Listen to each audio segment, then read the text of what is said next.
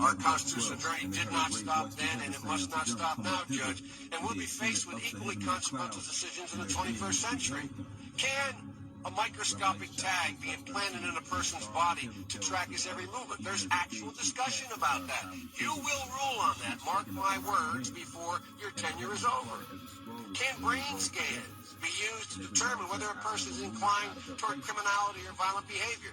You will rule on that.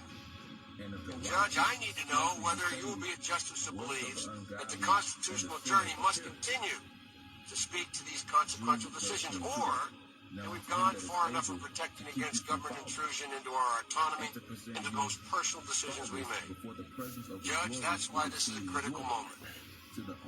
Our constitutional journey did not. It's the book of Jude, verse 24. Now unto him that is able to keep you from falling and to present you faultless before the presence of his glory with exceeding joy, to the only wise power of our Savior, the glory and majesty, dominion and power, both now and ever. So be it. Giving all praises, honor, and glory to the Heavenly Father and His only begotten Son, Yahweh, Bahasham, Yahweh Shai, Bahasham, Wakar, Kwadash, and double honor to my teachers, the apostles, the elders, and the bishops of Great Millstone, who watch over our souls. Shalom to the Yakim worldwide that are sincere and seriously doing the will of Yahweh, Bahasham, Yahweh Shai, Bahasham, Wakar, Kwadash. 2 Peter chapter 1, verse 1 and 2. To you all, and stay strong, because as you see here, I got some videos there. Hopefully we get it linked up with this, but I ain't gonna make this long. It's just showing you that this is the time we in. It's right where the money system as we know it is going to change from cash onto digital, right? Which means eventually they want the microscopic tag inside of you. You understand? Which is the charagma of the beast in Revelation 13, verse 16 to 18.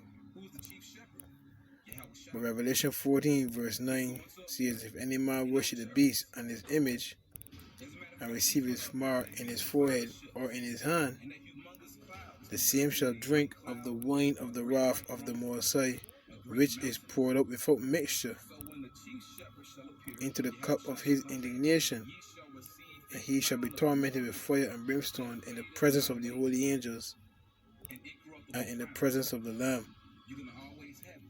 That's right. So, you know, this is where the elect will draw the line.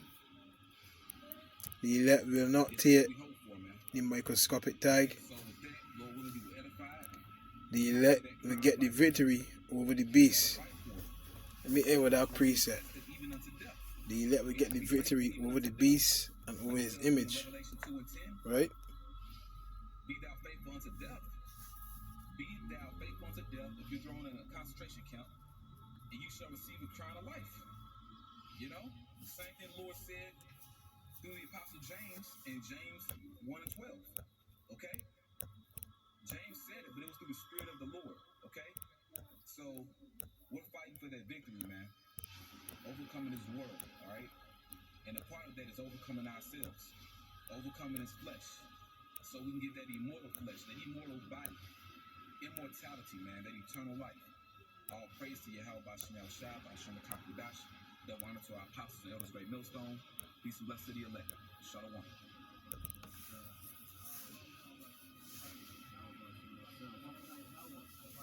Yahweh Shah.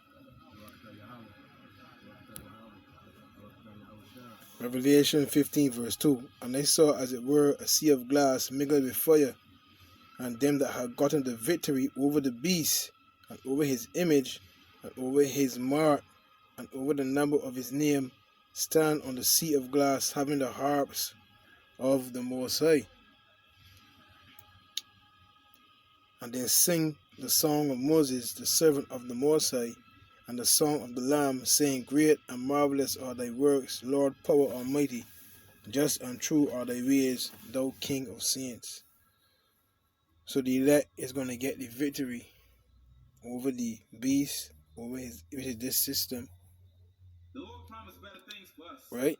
Over his image, which is this system. That's right. The beast is the Roman Empire, right? And he's going to give this favorite people. They got everybody living it. Mindset like an animal, you understand? Everybody mindset is just to be carnal all the time, you know? How he want a kingdom to be. And over his mark, because he wants to tag his cattle, which are you people. You see? And over the number of his name, stand on the sea of glass, because that's when we get beamed up. You understand? When we get beamed up, we're going to be over the firmament, you see? In the so-called spaceships, which are the UFOs, the chariots of the Bible. Right? And we are going to see the beast of destruction.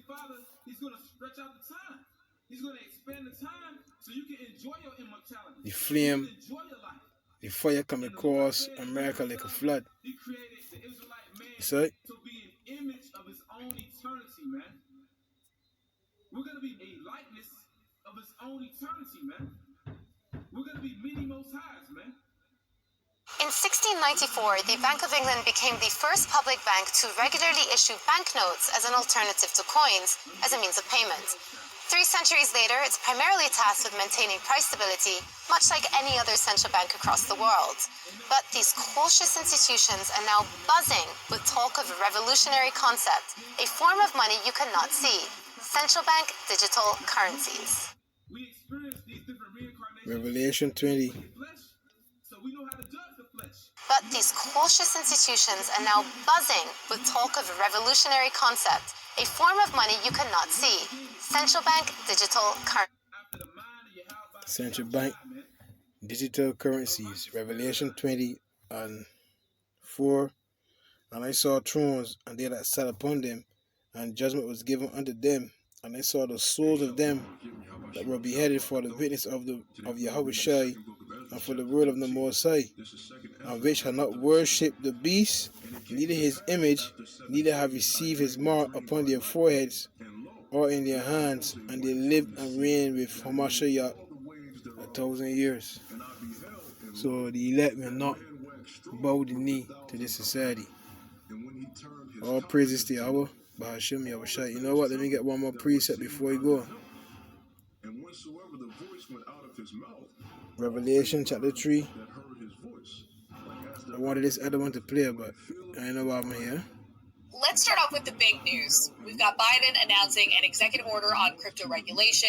Lots of digital currencies rallied after that announcement. What's the temperature in the room on this? Are these forthcoming rules bringing welcome clarity, or could new guardrails actually be a bad thing for an industry that is still very much in its early days? Oh, thanks for having me on, and that's a great question. The executive order is the signal that we're entering a new bull market phase in the crypto market. I think it's that important. The big question coming into the executive order was whether it was going to be balanced, whether it was going to talk about both the risks and the opportunities of crypto. Based on our initial read of what's in there, it does exactly that.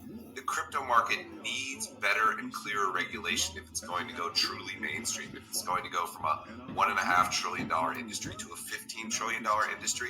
What we got here was sort of a shot from the start, telling all regulators to push that forward, do so in a way that protects investors, but that doesn't throw the baby out with the bathwater, that keeps the economic development here in the U.S., I think it's pretty close to the outcome we were all hoping for, and that's why you're seeing markets rally today. And I suspect that rally will continue, for the rest of the year. I think it's a really important moment. Revelation 3 verse 10, because thou hast kept the word of my patience, I also will keep thee from the hour of temptation, which shall come upon all the world to try them that dwell upon the earth. So the ones that remain faithful to the Lord and His word, He is going to remain faithful to us. Shalom.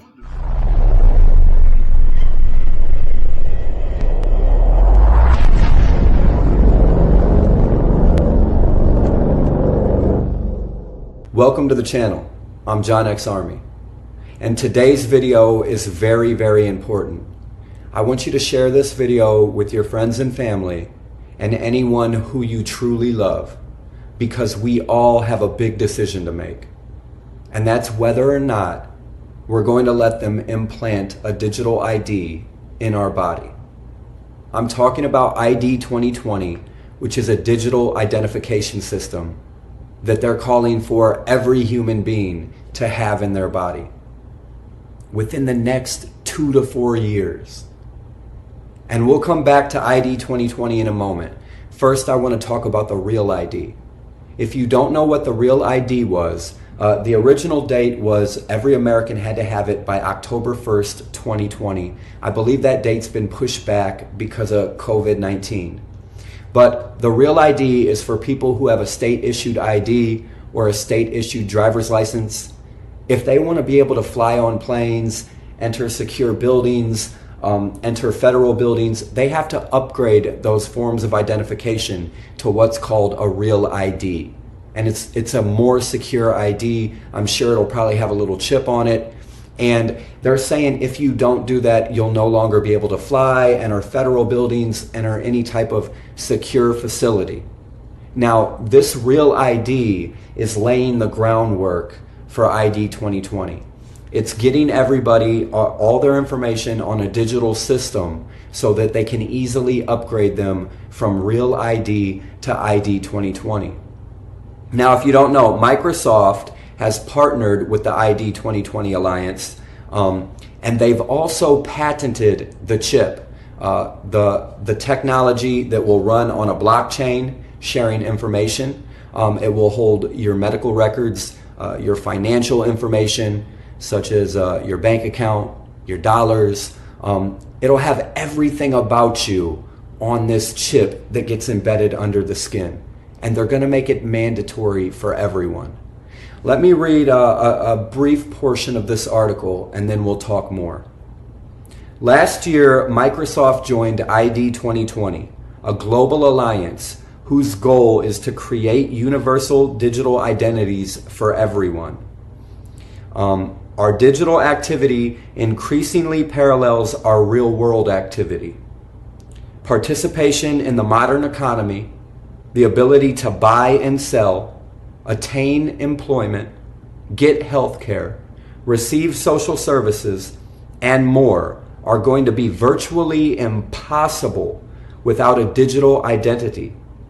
In May of 2016, the United Nations headquarters in New York, ID 2020, an alliance of governments, nonprofits, academia, and over 150 private sector companies and 11 United Nations agencies collaborated on how to provide this unique digital identity to everyone on the planet.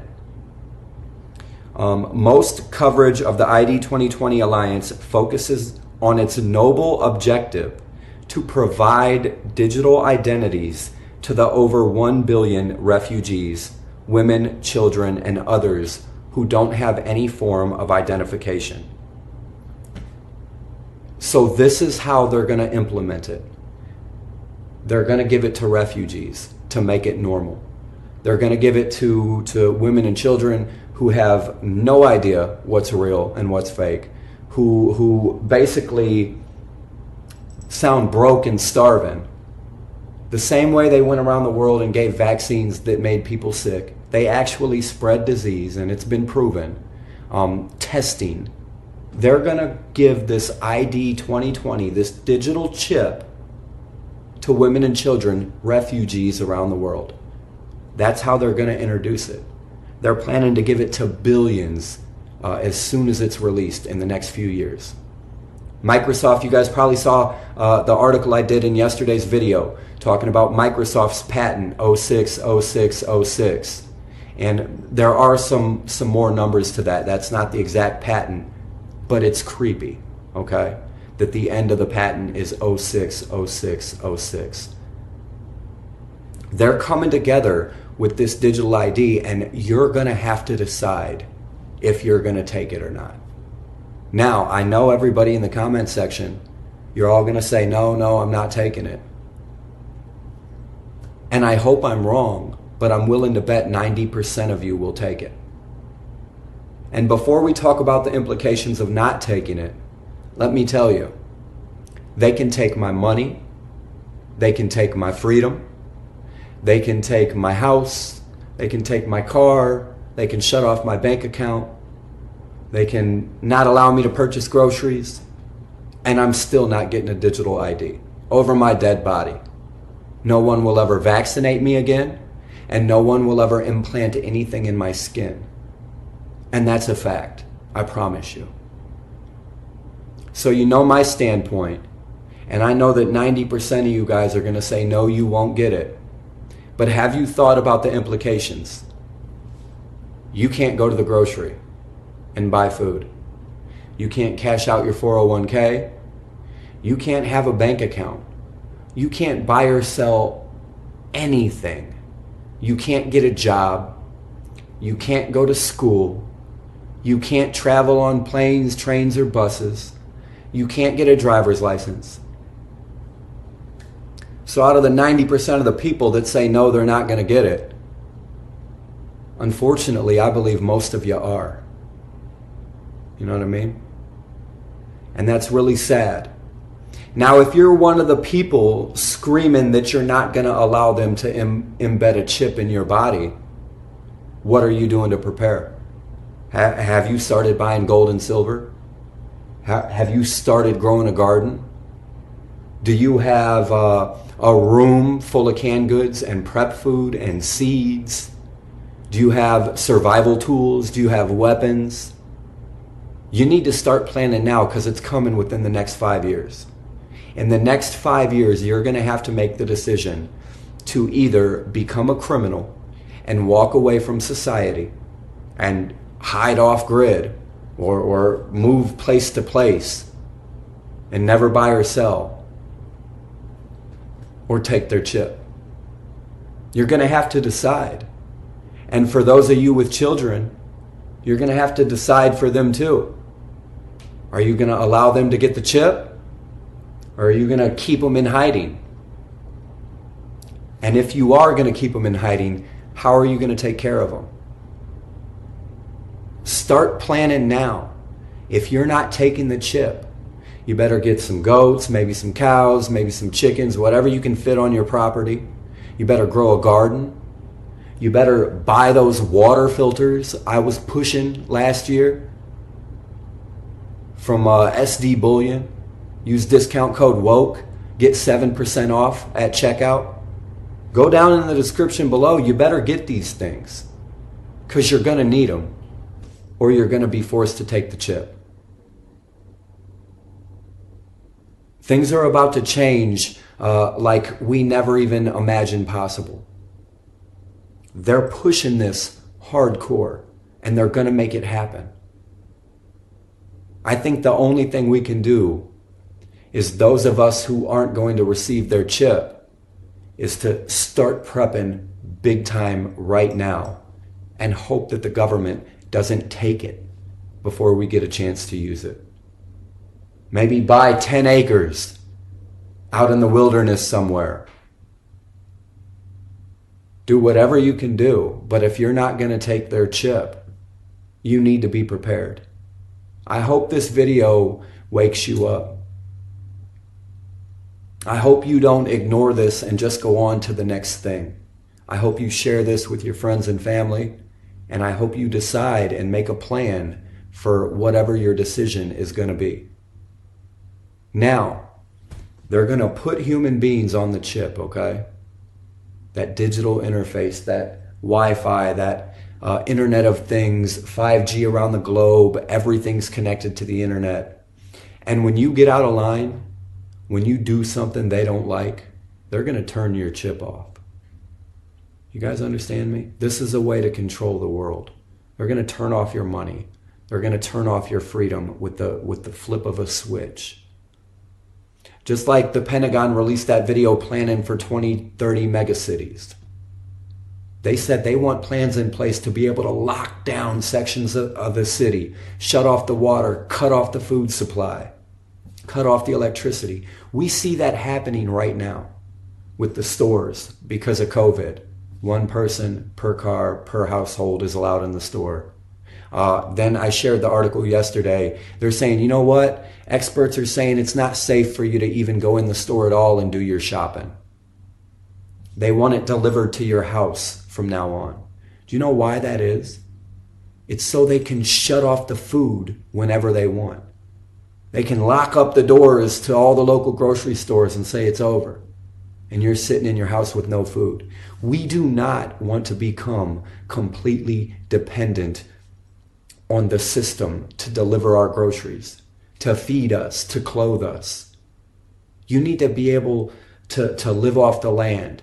You need to be able to get eggs from chickens and slaughter cows. I know in today's day and age, that's not realistic, right? We're all living in subdivisions. But I'm telling you what they're going to do. They're going to be able to shut your chip off, and they're going to be able to stop the supply of food instantly. And that's their plan. They will have complete control over every single one of us. I love you very much. Share this video. Hit the thumbs up. It really helps out. Hitting the thumbs up is the best way to support my channel. Thank you very much. John X Army signing out from the belly of the beast.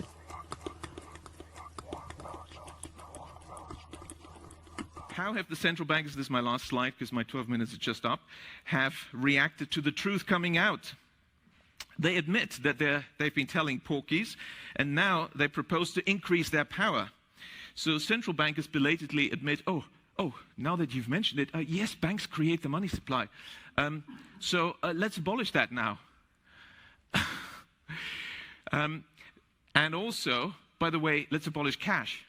So what should we do? Well, introduce digital cyber currency that central banks issue and control, and thereby gain total control over all economic transactions, decisions, and the whole lot you've just heard from the CEO of the GDI. So the greatest concentration of central banking power in history is really the bid they're aiming at. That's the central bank's goal. And of course, digital accounts of dissenters and regime critics could be switched off. It'd be very difficult to even purchase necessities. So this is an Orwellian dystopia of total control, the end of any freedoms. That's really what central banks are aiming at. Several central banks have, like the Bank of England, already prepared their microchip implant, RFID chip, to be implanted under your skin. And why is the sudden discussion about universal basic income from all the grassroots and inverted commas movements and billionaires? Oh, universal basic income is the bribe for you to accept the microchip. The overarching trend of the 20th century is concentration of power in the hands of the few. That's what we have to keep in mind. We have to work against this.